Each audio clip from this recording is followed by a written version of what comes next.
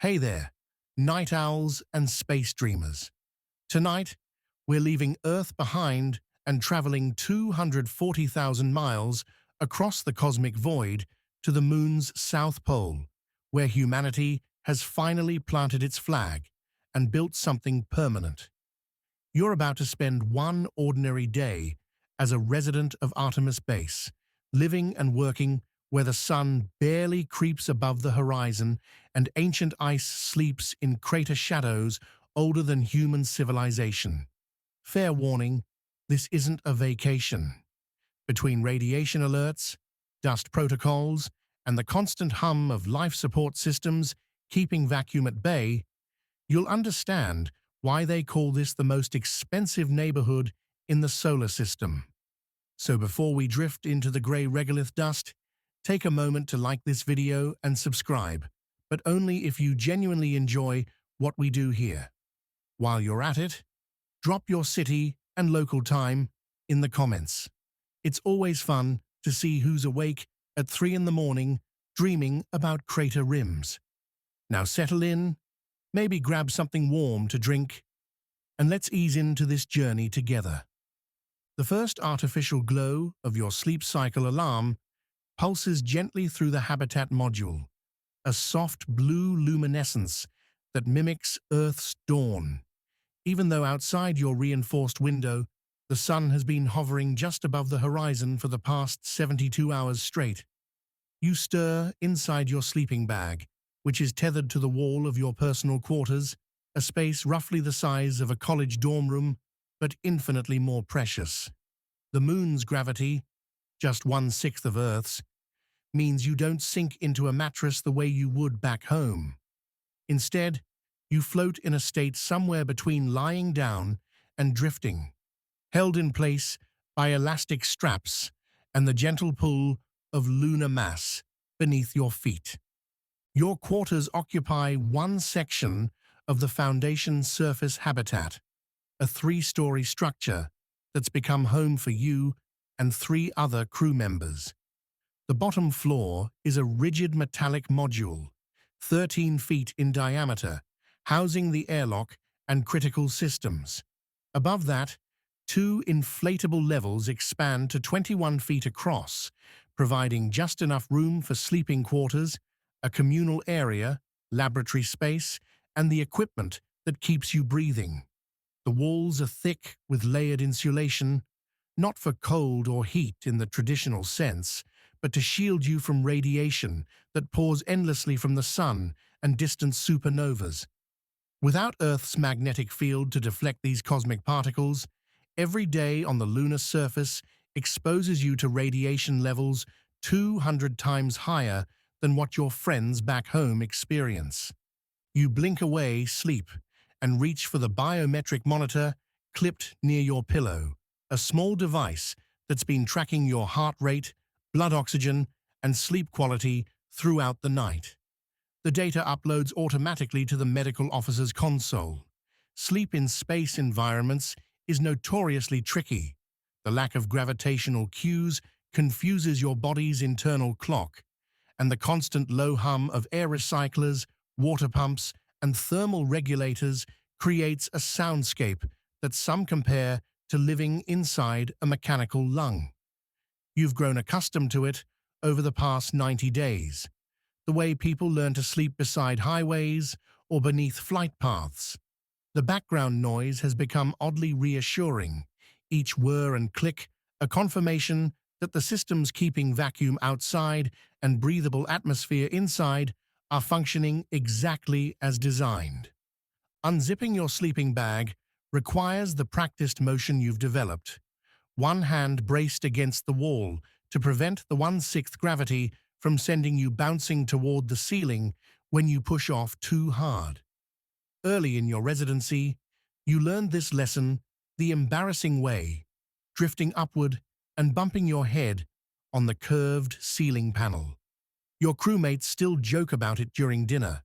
You plant your feet on the floor, feeling the gentle lunar pull that's strong enough to keep you grounded, but weak enough that every movement feels slightly buoyant, as though you're perpetually underwater. The temperature inside the habitat hovers around 68 degrees Fahrenheit, carefully maintained by thermal control systems that work overtime to manage the extreme temperature swings outside. In direct sunlight, the lunar surface bakes at 250 degrees.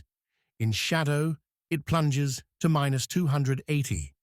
Your habitat sits at the rim of Shackleton Crater, positioned to take advantage of the near-constant sunlight that's become your primary power source.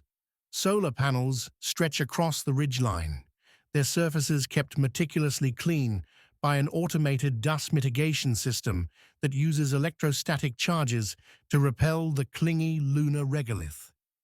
You pad across the room toward your personal storage locker, moving with the gentle, bouncing gait that all lunar residents adopt. Taking normal Earth steps on the Moon is a recipe for ceiling collisions. Instead, you've learned the shuffle hop that conserves energy and keeps you safely groundward. Your locker contains your limited personal items, clothing rotated on a strict schedule since laundry facilities are non-existent. Instead, clothes are worn multiple times, and when they become too soiled, they're compressed and stored for eventual return to Earth or incineration in the waste processing unit. Your reflection catches in the small mirror mounted inside the locker door. 90 days of lunar living has left its mark. Your face appears slightly puffy, a result of fluid shifts that occur in lower gravity. On Earth, blood and other fluids are pulled downward by gravity's constant tug. Here, those fluids distribute more evenly throughout your body, giving everyone a subtly swollen appearance that mission planners call moon face. Your muscles, despite 2 hours of mandatory exercise daily, have lost some of their Earth-honed definition. Bone density scans taken weekly show the expected degradation that comes from living in reduced gravity. The human body, sculpted by millions of years of evolution under Earth's pull, doesn't quite know what to make of the moon's gentle embrace. You select your clothing for the day, a fitted jumpsuit made from moisture-wicking fabric embedded with biometric sensors. These garments monitor your core temperature, heart rate, and stress indicators, feeding data constantly to the habitat's medical AI. On the Moon, prevention is everything. A medical emergency that would be routine on Earth becomes potentially catastrophic when the nearest hospital is 3 days away by spacecraft, assuming a launch window is even available.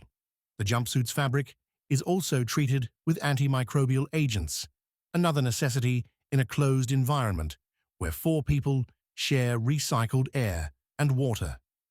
The time display on your wall screen shows 6:15 lunar base time.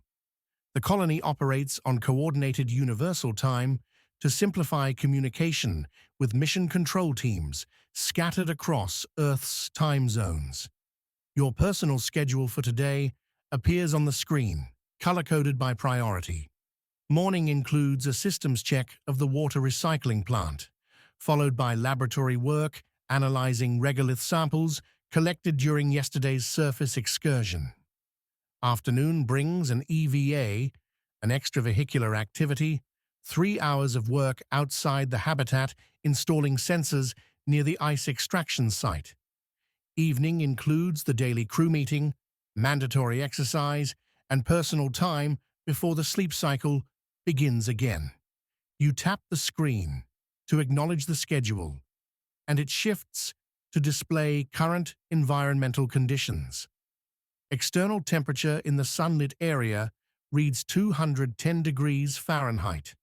Radiation levels are nominal, classified as green status, meaning no solar particle events are currently threatening elevated exposure. The Moon has no atmosphere to filter radiation or to carry sound or to create weather in any meaningful sense. Solar wind and cosmic rays arrive unimpeded, making radiation monitoring as routine as checking the weather forecast back on Earth. A soft chime indicates that the communal bathroom is available. The habitat has one shared hygiene station, and scheduling bathroom time is done with a kind of polite efficiency that would make military planners proud. You exit your quarters, bouncing gently down the short corridor that connects the sleeping modules to the central hub. The walls here are bare metallic panels, functional and uninviting, though some crew members have taped up photos from home or mission patches from previous space programs.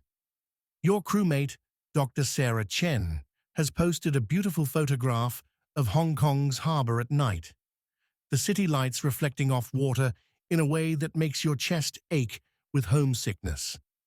The hygiene station is compact, but surprisingly well designed, given the constraints. Water is perhaps the most precious resource on the Moon, even more valuable than the ice deposits you're here to extract and study. Every drop is recycled, purified, and reused in a closed-loop system that would make environmental engineers weep with joy. The toilet is a high-tech marvel that uses airflow instead of water to direct waste into collection containers. Solid waste is compressed and stored for analysis and eventual disposal, while liquid waste feeds into the water reclamation system where it's filtered, distilled, and purified back to drinkable standards. You've long since overcome any squeamishness about drinking recycled urine. The purification process is so thorough that the water coming out of the system is cleaner than most municipal water supplies on Earth. Still, the psychological hurdle took some getting used to during your first weeks on the lunar surface. Mission planners joke that yesterday's coffee becomes tomorrow's coffee, and the joke stopped being funny around day 3, which means it's definitely funny by day 90. Washing your face requires a careful protocol. You wet a small cloth with a measured amount of water dispensed from the hygiene station's reservoir. Scrub your face, then use a second cloth dampened with rinse water to wipe away the soap. The used water is squeezed back into a collection reservoir, and the cloths go into a mesh bag for eventual cleaning in the limited laundry cycle. Brushing your teeth follows a similar pattern. You apply a small amount of toothpaste to your brush, scrub thoroughly, then swallow or wipe away the foam rather than spitting it into a sink. Every drop conserved means one less drop that needs to be extracted from lunar ice or transported from Earth at enormous expense. Shaving is optional, but appreciated by your crewmates. Facial hair in a closed environment becomes an irritant literally. Floating free hairs can clog air filters and get into eyes and food. You apply a thin layer of shaving gel, carefully scrape away stubble with a safety razor, and wipe your face clean with a damp cloth. The ritual feels oddly normal, a small anchor to Earth routines in an environment that is anything but normal. Your shower, such as it is, happens twice a week on a rotating schedule. The shower station is a sealed cylindrical booth where you're sprayed with a fine mist of warm water, soap up quickly, then rinsed with another mist. The entire process uses less than a gallon of water, and you've learned to be efficient. Long, luxurious showers are a memory you file away for your eventual return to Earth, along with rain, wind, and the smell of grass after a storm. Dressed and cleaned, you make your way to the habitat's common area, a space that serves as kitchen, dining room, and social hub. The curved walls of the inflatable structure create a dome-like ceiling that gives the illusion of more space than actually exists. Windows, small and heavily shielded, offer views of the lunar landscape outside. The vista is striking in its alienness, grey regolith stretching to a horizon that's closer than it should be, the moon's smaller size creating a pronounced curve. In the distance, the rim of Shackleton Crater catches sunlight, the rock walls glowing, while the crater floor below remains in eternal darkness. A cold trap that's held frozen water for perhaps billions of years. Your crewmate, mission specialist Marcus Webb, is already at the food preparation station, hydrating a packet of freeze-dried scrambled eggs. He looks up and nods in greeting, his voice still rough with sleep. Coffee's ready. Real coffee this time, not the recycled stuff. You smile at the joke, which has become a running gag. Coffee, like all consumables, is carefully rationed and tracked. Each crew member receives an allotment of luxury items, small comforts from Earth that make lunar living marginally more bearable. You pour yourself a bulb of coffee from the dispenser, the liquid floating in a contained sphere thanks to surface tension. Drinking in low gravity requires specialized containers that prevent liquid from escaping and floating around the cabin in globules. You sip carefully, savoring the warmth and bitter richness. The coffee is freeze-dried and reconstituted, but it tastes close enough to the real thing to make you close your eyes and imagine, just for a moment, that you're back in your apartment on Earth. Morning sunlight streaming through windows, the day ahead full of mundane possibilities. Breakfast is a precisely calculated affair. Your daily caloric needs are tracked by the Habitat's nutrition program, adjusted for your activity level and body mass. Today's menu includes the rehydrated eggs Marcus is preparing, a protein bar fortified with calcium and vitamin D to counter bone density loss, and a serving of what Mission Control optimistically calls fresh fruit, which is actually a pouch of pureed apple that's been irradiated and vacuum-sealed for preservation. Fresh food is a rarity on the moon, delivered only during resupply missions that arrive every 6 weeks if schedules hold. Most of those precious fruits and vegetables are reserved for special occasions or psychological health interventions when crew morale dips. You join Marcus at the small table, magnetically anchored dishes holding your meal. The eggs taste surprisingly good, enhanced with herbs from the Habitat's tiny hydroponic garden. The garden, barely larger than a closet, grows fast-growing greens and herbs under LED grow lights. It's not enough to sustain the crew nutritionally, but the psychological benefits are immeasurable. Tending living plants, watching them grow, smelling basil and mint, these simple acts connect you to Earth's biosphere in ways that freeze-dried rations cannot. Commander Elena Volkov joins you, her grey hair pulled back in a no-nonsense bun. Elena is on her 3rd lunar rotation, a veteran of ISS missions before that, and she carries herself with the calm authority of someone who's seen most problems that can occur in space and knows the solutions. Morning briefing in 20, she says, settling into her seat with a grace that speaks to years of living in reduced gravity. Solar weather looks good today, but we've got a dust storm warning for the rover path. The meteorite strike kicked up debris and it's spreading. Lunar dust storms aren't like the dramatic sandstorms portrayed in science fiction. The moon has no atmosphere to carry particles in the wind. Instead, dust storms occur when impacts or rover traffic kick up regolith that then follows ballistic trajectories, raining back down across wide areas. The dust itself is a nightmare. Lunar regolith is the product of billions of years of micrometeorite impacts, grinding rock into incredibly fine, sharp-edged particles that cling to everything via electrostatic charge. It's abrasive enough to wear through spacesuit fabric, toxic when inhaled, and it gets into every seal, joint, and mechanism. The 4th member of your crew, Dr. Yuki Tanaka arrives last, looking slightly disheveled. Yuki is the crew's geologist and medical officer, a dual specialty that made him invaluable for the mission. "Did I miss anything?" he asks, pouring coffee with practiced efficiency. "Just dust warnings and the usual radiation briefing," Marcus replies. "Another day in paradise." The joke lands with tired amusement. Paradise. The moon is many things: scientifically fascinating, strategically important, historically significant as humanity's first permanent off-world settlement. But paradise is not among its qualities.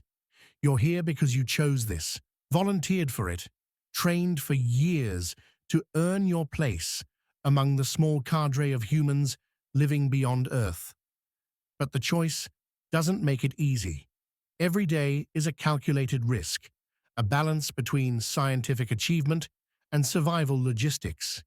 You live inside artificial bubbles of air and warmth, surrounded by a landscape that would kill you in seconds if systems failed. Yet there's a strange beauty to it. Through the small window, you watch sunlight creep across the crater rim, illuminating details in the ancient rock. The moon's surface hasn't weathered the way Earth's has. No wind or rain has smoothed these edges. Every crater, every boulder, every dusty plain looks essentially the same as it did a billion years ago. You're walking through deep time, touching rocks that witnessed the formation of the solar system. That fact alone makes the hardship worthwhile. The wall display chimes, indicating the start of the morning briefing. Elena taps the control panel, and the screen fills with Mission Control's daily update, transmitted from Johnson Space Center in Houston. The face of Flight Director James Kirkland appears, his image slightly pixelated due to the communication delay. Light takes about 1.3 seconds to travel from Earth to the Moon, so conversations happen with a noticeable lag. "Good morning, Artemis Base," Kirkland says. "You're looking at a green board today. Solar activity is low. Radiation levels are nominal. Weather satellites show the dust disturbance near your position. Recommend you postpone non-essential EVA activity until it settles, probably 8 to 10 hours. Supply ship is on schedule for arrival in 11 days. We've got a list of minor maintenance items we'd like you to address today, when time permits. Nothing critical." Elena nods, acknowledging the message even though Kirkland can't see her response yet. The delay means conversations become more like exchanging recorded messages than real-time dialogue. She makes notes on her tablet, adding the maintenance items to the day's task list. The briefing covers life support system status. Oxygen generation from the water electrolysis unit is performing within normal parameters, producing enough oxygen to keep all four of you breathing with a comfortable margin. The water recycling plant processed 96 liters yesterday, recovering 93% of wastewater, which is above average. Carbon dioxide scrubbers are performing well, though one unit is showing higher than optimal pressure readings and needs inspection. That task gets assigned to Marcus, whose background in environmental systems makes him the go-to person for life support issues. Medical status checks show everyone's vital signs are within acceptable ranges, though Elena's bone density scans show slightly more degradation than expected. The medical AI recommends increasing her calcium supplementation and adding an extra 30 minutes of resistance exercise to her daily routine. She grimaces at the news, but doesn't argue. Bone loss in low gravity is one of the most serious long-term health concerns for lunar residents. Without the constant stress that Earth's gravity places on the skeleton, bones lose density at about 1% per month. That's fine for short missions, but for permanent settlements or Mars expeditions, it's a problem that doesn't yet have a perfect solution. Your schedule gets finalized during the briefing. Morning will be spent processing the regolith samples collected yesterday, running them through the habitat's compact laboratory equipment to analyze mineral composition and search for traces of water ice. The samples came from the permanently shadowed region inside Shackleton Crater, a place where temperatures never rise above 90 Kelvin, cold enough that any water deposited there by ancient comets or created by solar wind interacting with the lunar soil remains frozen, potentially for billions of years. This ice is why the base is here. Water is life in space. It's needed for drinking, growing food, producing oxygen, and creating rocket fuel. Transporting water from Earth costs about $10,000 per kilogram. Finding it on the moon, even if it's buried in frozen regolith, changes everything. Your mission includes surveying ice deposits, determining their extent and purity, and developing extraction techniques. Success could mean the difference between lunar settlements remaining small, dependent outposts and becoming self-sufficient communities. The briefing concludes with a reminder about the communication window with Earth. Your families have been informed of the scheduled video call tonight during your personal time. Calling home is one of the highlights of lunar living, a chance to see familiar faces and hear about normal life. It's also hard. The time delay makes natural conversation impossible. You say something, wait several seconds for the response. Try to maintain emotional connection across 250,000 miles of void. And there's the awareness that you're missing things. Birthdays, anniversaries, your nephew's first steps, moments that you watch remotely. Always an observer, never a participant. With breakfast finished and the briefing complete, you head to the Habitat's laboratory module, a compact space filled with equipment that would make any university science department envious. Mass spectrometers, electron microscopes, sample preparation stations, and analysis computers fill every available surface. The equipment is miniaturized and ruggedized for space use, designed to function in low gravity and tolerate the occasional power fluctuation or temperature variation. Your samples wait in a sealed container, small cores of regolith drilled from the crater floor during yesterday's EVA. You carefully transfer them to the preparation station, working inside a glove box that prevents any dust from escaping into the habitat's atmosphere. Lunar dust is not just annoying, it's potentially toxic. The sharp-edged particles can damage lung tissue if inhaled, and some researchers suspect they may be chemically reactive due to exposure to unfiltered solar radiation. Apollo astronauts reported symptoms like sneezing and nasal congestion after breathing small amounts of dust that clung to their suits. No one knows what chronic exposure might do, so protocols are strict. You examine the samples under magnification. The regolith appears deceptively simple, gray powder and tiny fragments, but it's incredibly complex.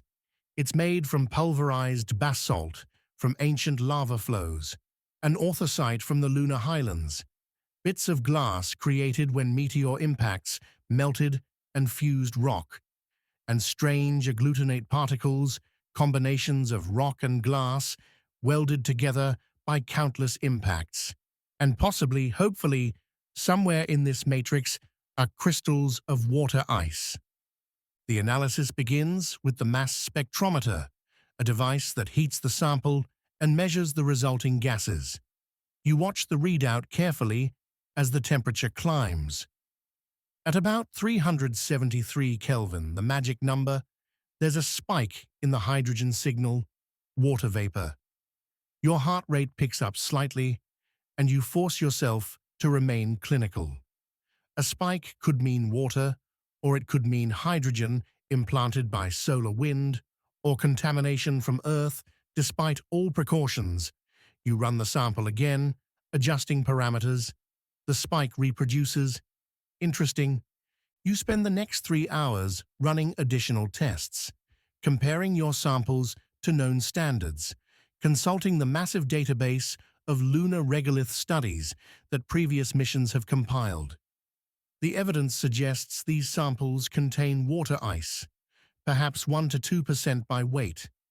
It's not much, but it's there. Extract and purify a metric ton of this regolith, and you'd get 10 to 20 liters of water. That's enough to matter. That's enough to change the equation. Your results get logged into the mission database, and you draft a preliminary report for transmission to Earth. The scientists back home will review your work, probably repeat some of your tests with their own equipment, and then determine next steps. Science in space is a collaborative effort, data shared instantly across the void, expertise pooled to solve problems that no single person could tackle alone. By late morning, your eyes are tired from staring at screens, and your back aches from bending over equipment in reduced gravity, which creates muscle strains different from Earth. You stretch carefully, feeling vertebrae pop and realign. The habitat's exercise area calls to you. Mandatory exercise is in the afternoon, but nothing prevents additional workouts. The gym, if you can call it that, occupies a corner of the common area. It contains a treadmill equipped with a harness system that pulls you downward, simulating higher gravity and forcing your muscles and bones to work harder. There's a resistance exercise device, essentially a sophisticated set of elastic bands and pistons that provide opposition when you push or pull. And there's a small bike, pedals connected to a flywheel and resistance system. The equipment is compact, efficient, and absolutely essential.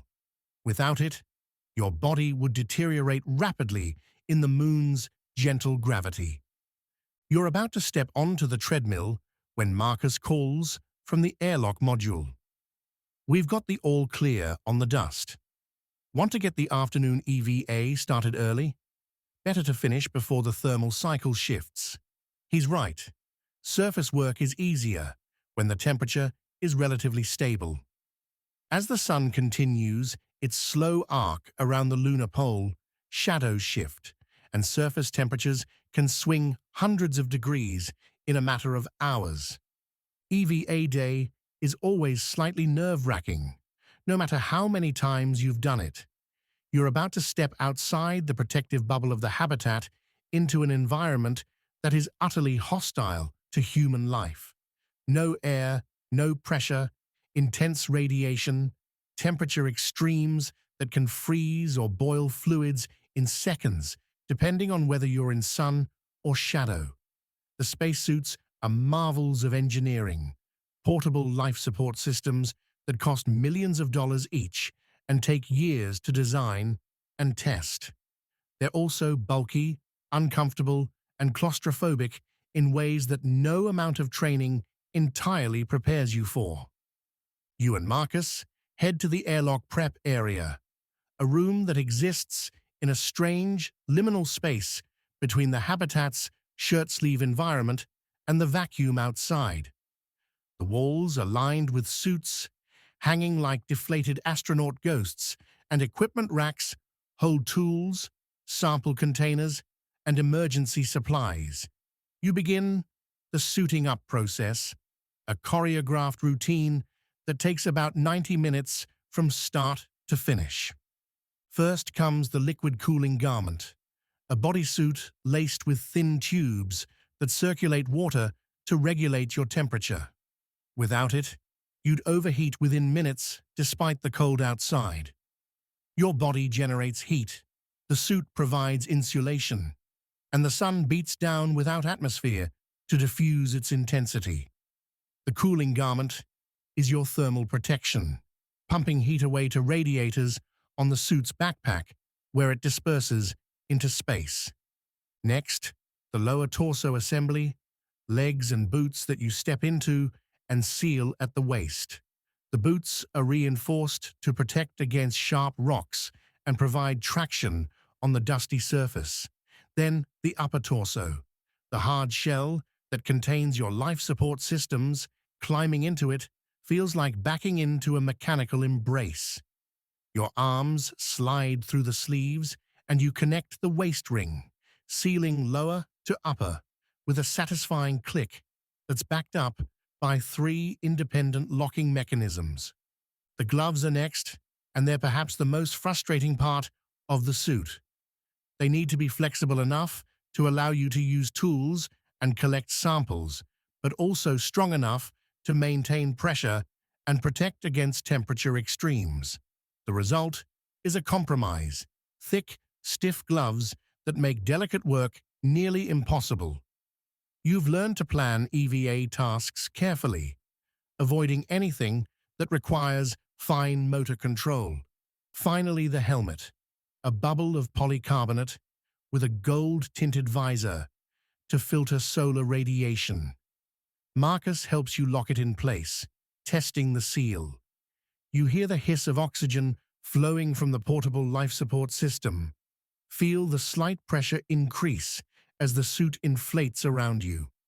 The heads-up display in your helmet flickers to life, showing suit pressure, oxygen levels, battery status, and cooling system performance. Everything reads green. "Com check," Marcus says, his voice coming through your helmet speakers. "Loud and clear," you respond, testing your own radio system. Elena's voice joins from the habitat. "We're monitoring your telemetry. Both suits look good. Weather remains stable. You're clear to proceed when ready." You and Marcus enter the airlock, a small chamber barely large enough for two suited astronauts. The inner door seals behind you with a heavy thunk. Marcus initiates the depressurization sequence, and you feel your suit stiffen as the air around you is pumped back into the habitat. The pressure gauge on the wall drops steadily. 90 kilopascals, 50, 20, 10, 0. Vacuum. You're now separated from instant death by layers of fabric, metal, and plastic. The outer door opens, and the lunar surface beckons. You step out onto the regolith, your boots sinking slightly into the fine dust. The sensation is strange, muted through the suit, like walking on powder-covered concrete. With each step, dust kicks up and falls back in perfect parabolic arcs. There's no air to keep it suspended. It behaves exactly as physics predicts, each grain following ballistic trajectory back to the surface. The landscape stretches before you in shades of gray, from nearly white, where fresh impacts have exposed pristine rock, to charcoal black in the permanently shadowed regions. Earth hangs in the sky, a brilliant blue and white marble about 4 times larger than the full moon appears from Earth. It's in gibbous phase right now, most of its surface visible, except for the dark limb where it's nighttime. You can make out continents, oceans, swirls of white clouds. Home, so close you feel like you could reach out and touch it, yet impossibly distant. Your task today involves installing radiation sensors near the ice extraction test site, a location about 2 kilometers from the habitat where engineers are developing equipment to excavate and process ice-bearing regolith. The sensors will monitor radiation levels and provide early warning if a solar particle event occurs. Such events are rare but dangerous, a massive burst of high-energy protons from the sun that can deliver lethal radiation doses in hours. On Earth, the atmosphere and magnetic field protect against them. On the Moon, you need warning systems and shielded shelters. You and Marcus load your tools onto a small rover, a 4-wheeled electric vehicle that looks like a cross between a golf cart and a lunar buggy. It's designed to carry equipment and astronauts short distances, extending the range of surface operations without exhausting suit resources.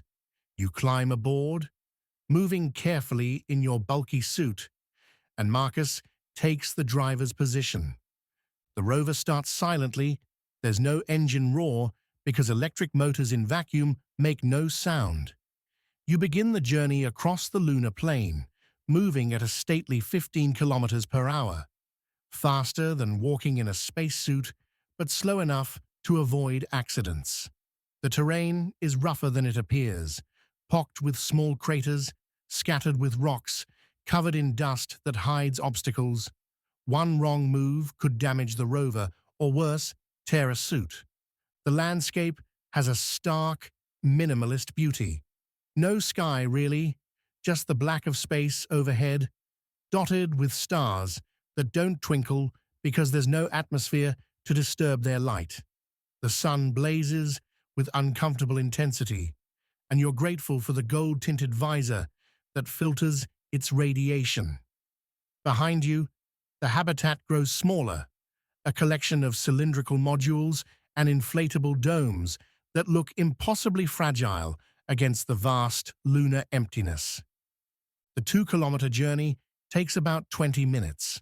Marcus navigates around a field of boulders, remnants of an ancient meteor impact that scattered debris across this region. Some of the rocks are massive, the size of houses, and their shadows are ink black, perfect darkness unfiltered by atmospheric scattering. You pass through one shadow and feel the temperature in your suit drop noticeably despite the cooling system.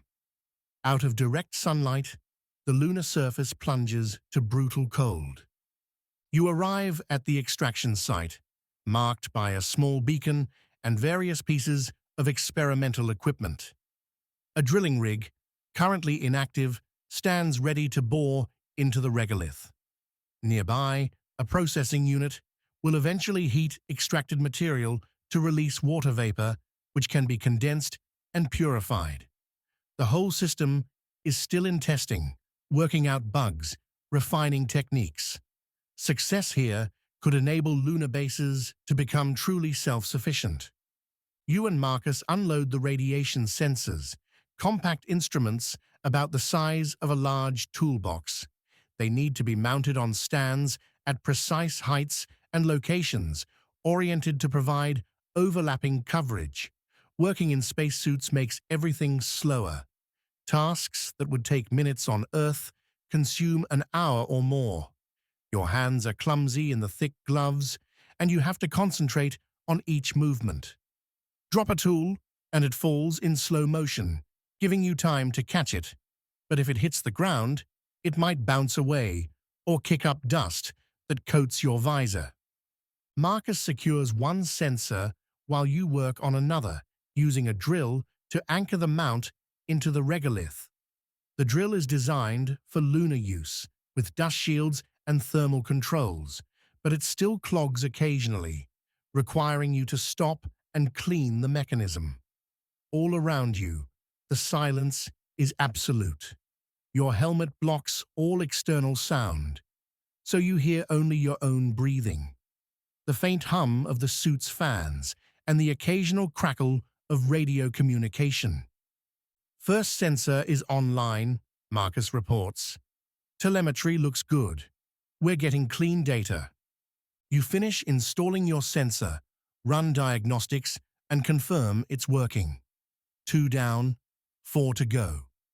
The work continues, methodical and careful. Each sensor must be positioned exactly according to the coordinates mission control provided, and you use a GPS unit to verify placement. GPS on the Moon is a recent innovation, a constellation of satellites in lunar orbit providing navigation coverage for surface operations. Without it, navigating would rely on landmarks and inertial guidance, both prone to error. 3 hours into the EVA, your suit's resources are running low. The oxygen gauge shows 30% remaining, and the battery indicator is at 40%. Both are well above minimums, but protocol is strict. You don't push reserves. You finish the last sensor installation, document everything with helmet camera footage, and load the tools back onto the rover. Mission accomplished. The return journey feels longer, always does. You're tired, uncomfortable, and eager to get out of the suit. The constant pressure against your body, the restriction of movement, the dryness of the recycled air, it all wears on you. But there's also a strange reluctance. Out here, you're truly on another world. The moment you step back into the habitat, the moon becomes something you look at through windows rather than something you're part of. There's privilege in that which you don't take for granted. Back at the airlock, the repressurization process begins. You wait as air flows back into the chamber, filling the space that was vacuum.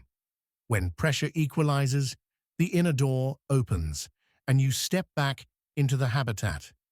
Elena is there to help with suit removal, a process that's easier with assistance. The helmet comes off first, and you gulp down the habitat's recycled air like it's the freshest mountain breeze.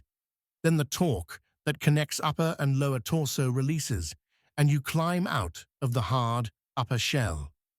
Removing the suit reveals just how sweaty and grimy you've become. The cooling garment is soaked despite the water circulation system, and your hair is plastered to your scalp. You feel like you've run a marathon, muscles sore, joints aching, utterly drained. But there's no time for rest yet. Dust contamination protocols demand immediate attention. The suits, despite all precautions, are coated in lunar dust. It clings to every surface, ground into seals and joints. Left unchecked, it would work its way into the habitat, contaminating the air, clogging filters, irritating eyes and lungs. You and Marcus spend the next hour meticulously cleaning the suits, using brushes, vacuum systems, and electrostatic wands to remove as much dust as possible. Some of it is inevitable. Traces will make it inside, but protocols minimize the exposure. Finally, truly, finally, you're done. You strip off the cooling garment, seal it in a bag for cleaning, and head straight to the hygiene station for the closest thing to a real shower you'll get. The warm water mist feels like heaven, washing away sweat and residual dust.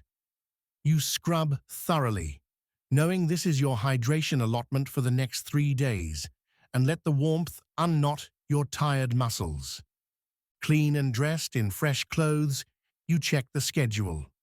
Afternoon is allocated for continued laboratory work, but your body is begging for rest. You compromise, spending an hour reviewing data from the sensors you installed, confirming they're transmitting properly and integrating their feed into the habitat's monitoring systems.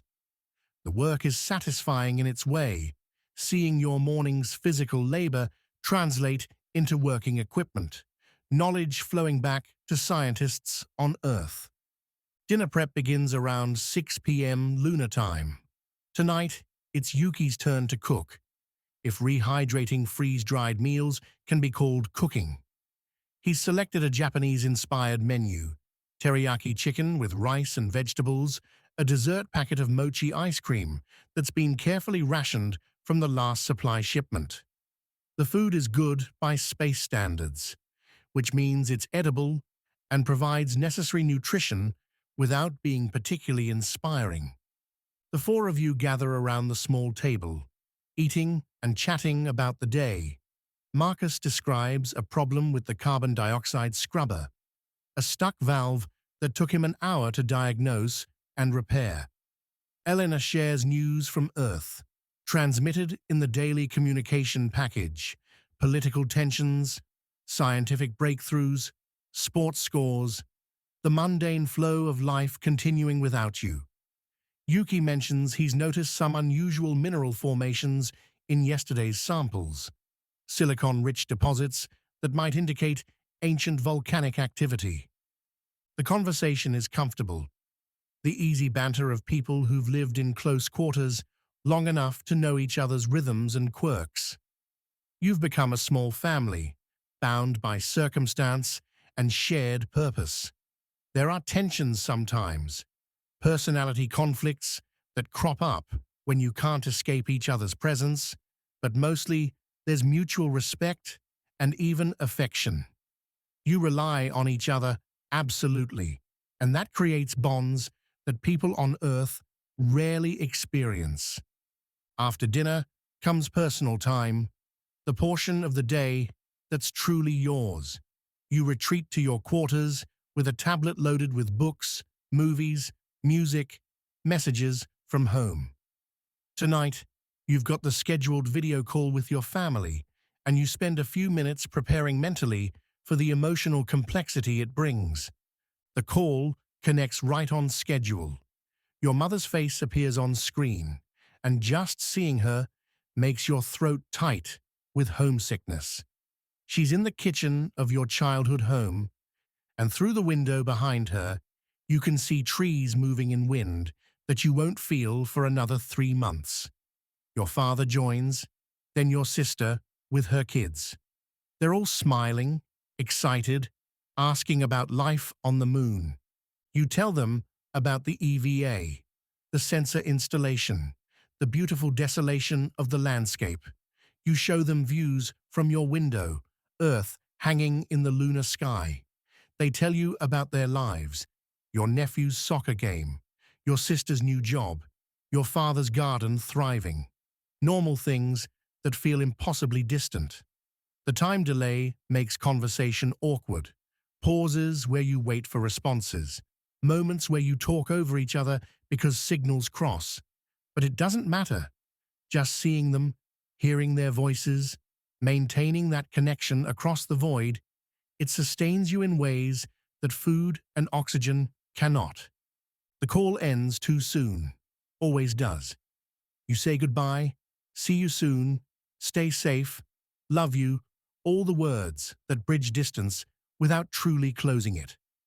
The screen goes dark, and you're alone again in your small room on the moon, 250,000 miles from everyone you love. The ache of it settles in your chest, familiar and sharp. You spend the last hour before sleep reading, letting someone else's words distract you from homesickness. Tonight, it's a novel set on Earth, something about normal people with normal problems, relationships and jobs and weather. It's escapism of the strangest sort, reading about ordinary life while living extraordinarily. Eventually, your eyes grow heavy and you close the book. The sleep cycle alarm is already set for tomorrow's wake-up. Your schedule appears when you check, similar to today, but different in details. More lab work, a maintenance task on the solar panel array, another EVA later in the week. The routine continues, day after day, each one a small piece of the larger mission. You're building humanity's future here, proving that people can live and work beyond Earth, paving the way for permanent settlements and eventual journeys to Mars and beyond. You seal yourself into your sleeping bag, secure the tethers that keep you gently anchored to the wall, and tap the light controls. The room darkens except for the soft glow of status indicators, gentle confirmation that all systems are functioning, that the bubble of life surrounding you remains intact against the void outside. Through your small window, Earth shines brilliant in the lunar night, 3/4 illuminated, swirls of cloud, visible even at this distance. You watch it for a moment, this world that shaped everything you are, now just a bright light in an alien sky. Then you close your eyes and let sleep take you, drifting in 1/6 gravity, breathing recycled air, living an impossible dream. Tomorrow, you'll wake and do it all again. This extraordinary ordinary life, this existence balanced on the knife edge between triumph and disaster. You're one of fewer than 100 humans currently living beyond Earth, a pioneer in the truest sense. The challenges are immense, the discomfort's constant, the risks very real. But out your window, is a landscape no human saw up close until a few decades ago. Above you are stars unblemished by atmosphere. Below you is rock that remembers the solar system's birth. And somewhere in the dust are frozen waters that might sustain a human civilization among the stars. It's hard, it's uncomfortable, it's lonely and dangerous and exhausting, and you wouldn't trade it for anything. This is the frontier. This is the future. This is humanity taking its first stumbling steps toward becoming a spacefaring species. And you get to be part of it. So rest now, moon colonist. Let your body repair itself in the gentle lunar gravity. Let your mind process another day of wonders and challenges, because tomorrow the sun will continue its slow wheel around the pole, and there will be more work to do, more samples to analyze, more systems to maintain, more knowledge to gather. The mission continues day by day, breath by breath, heartbeat by heartbeat. Before you drift off completely, remember to come back and check out the rest of what we do here. Hit that subscribe button if this journey spoke to you. Drop a comment about whether you'd want to live on the moon, or if you'd rather keep both feet firmly planted on Earth.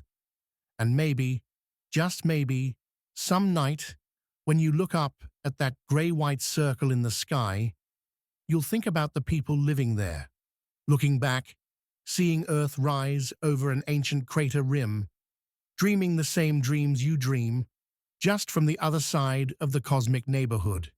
Sweet dreams from the sea of tranquility.